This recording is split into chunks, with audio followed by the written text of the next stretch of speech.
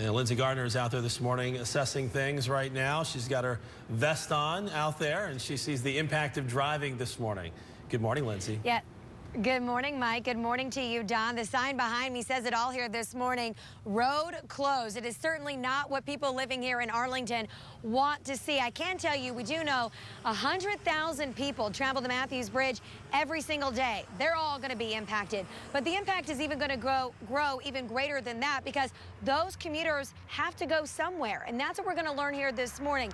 How many other people are going to be impacted from the closure of the Matthews Bridge? Now, to give you an idea of where I'm at right now, I'm on the on-ramp to the Matthews Bridge on University Boulevard North, just north of the Arlington Expressway. And even getting to my live location this morning was a little bit like the game of Sorry. Everywhere you went, there were little pieces everywhere, construction cones everywhere, and at any point you could be rerouted because you took a wrong turn. Now, for the people here in Arlington, this is their new reality. And I want to bring in here our Brian Baker. He's been out, our crews have, speaking with people here in Arlington. And Brian, what do they have to say about this massive inconvenience? Well, obviously, it is a massive inconvenience. You can almost feel the groans from people as they hear about the situation. Not that it's very funny. You know, it's easy to think of the Matthews Bridge as being an Arlington issue, but this impacts everybody no matter where you live. If you're living north of Beach Boulevard, Neptune Beach, Atlantic Beach, Mayport, you're getting to downtown if you work downtown or have to go downtown via the Matthews Bridge. And if they have to go into the Hart Bridge and other areas, that affects those people and their commutes. This is a domino effect, and several people use this bridge every day. This is the way the Matthews Bridge will look indefinitely. That's not good news for these two women who use it on a regular basis. We come here maybe 3-4 times a week. They already noticed the huge backup all over the area Thursday, just a couple hours after a Navy ship hit the bridge. I came up University and it took me an hour, so it's bad. And right now, no signs of getting any better. The bridge is the gateway into downtown from Arlington. But the road closed signs are out 2 miles before the bridge, telling drivers to take another route. Just got to make another route. But so are the thousands of others who call Arlington home or need to come and go to work.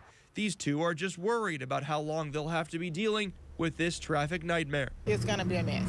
It's going to be a mess. I think it's going to cause a lot of problems for a lot of people. So yes, you have to wonder about those other bridges. Can they handle this load now? And I can tell you that Action News will be on every angle of this story to give everybody out there, to give you out there the best possible information to deal with this situation, Lindsay. All right, Brian, thank you. And this morning, as we've been out here, we've really seen traffic starting to pick up. The school buses are headed out to go pick up the students here this morning. We've seen JSO patrols as well as car after car really starting to pick up. We're going to stay out here this morning. Oh my goodness, an accident nearly happening right there beside me. Obviously, people are just not prepared for what this is going to look like here in the mornings to come. You can see traffic really building there. So there's a lot to see and hear out here in Arlington this morning. But let's talk about what folks saw and heard yesterday as that massive ship slammed into the Matthews Bridge. Our Deanna Betneshi has eyewitness reaction here this morning. JSO officers say it may take months to even start fixing the bridge, and right now they need drivers to remain patient as they take alternate routes to get to their destination. The painful sound of metal screeching got Vantana Zyrath's attention Thursday. Just a big old loud crash. A huge ship, the USNS First Lieutenant Harry L. Martin, had just hit the Matthews Bridge. They said it looked like a knife cutting butter. Sam Cook heard all about it from a dock worker who felt something very bad was about to happen. They don't usually see them that big down that far. And yeah, he said they were kind of going, it's pretty close. Moments later, all of a sudden I saw a cop just swerve around the middle of the street and block off the bridge. Vicki Stewart says police surrounded the bridge. She couldn't believe what they told her. Wow. Did that big old boat not see that bridge? And then came the traffic. Bumper to bumper. I mean, you know, didn't nobody know where to go. For hours, Stewart watched frustrated commuters desperately try to make their way home. They didn't have nowhere but one place to go, and they was all trying to, all the way from around the stadium, all the way from this, everybody was trying to get on that one little bridge. It was a traffic nightmare. These witnesses worry is far from over. Very nervous. I don't know about going over the Matthews Bridge now. I don't see how they could repair it unless they weld it or melt it down or something.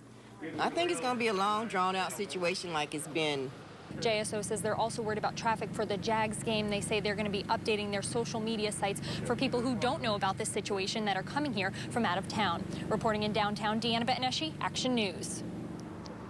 All right, Deanna, thank you. Cannot stress enough to folks at home. This is the day, and in the day and weeks ahead, to be alert. It's dark out here right now. People are not used to this ramp being closed. Other ramps like this all across the area. You have to be your own best advocate and be patient and be prepared. We're going to stay out here and continue to follow this for you here this morning. But for now, Mike, I understand you have more of a history here on this ship that slammed into the bridge. Yeah, Lindsay, the ship that slammed into the bridge on Thursday afternoon is primarily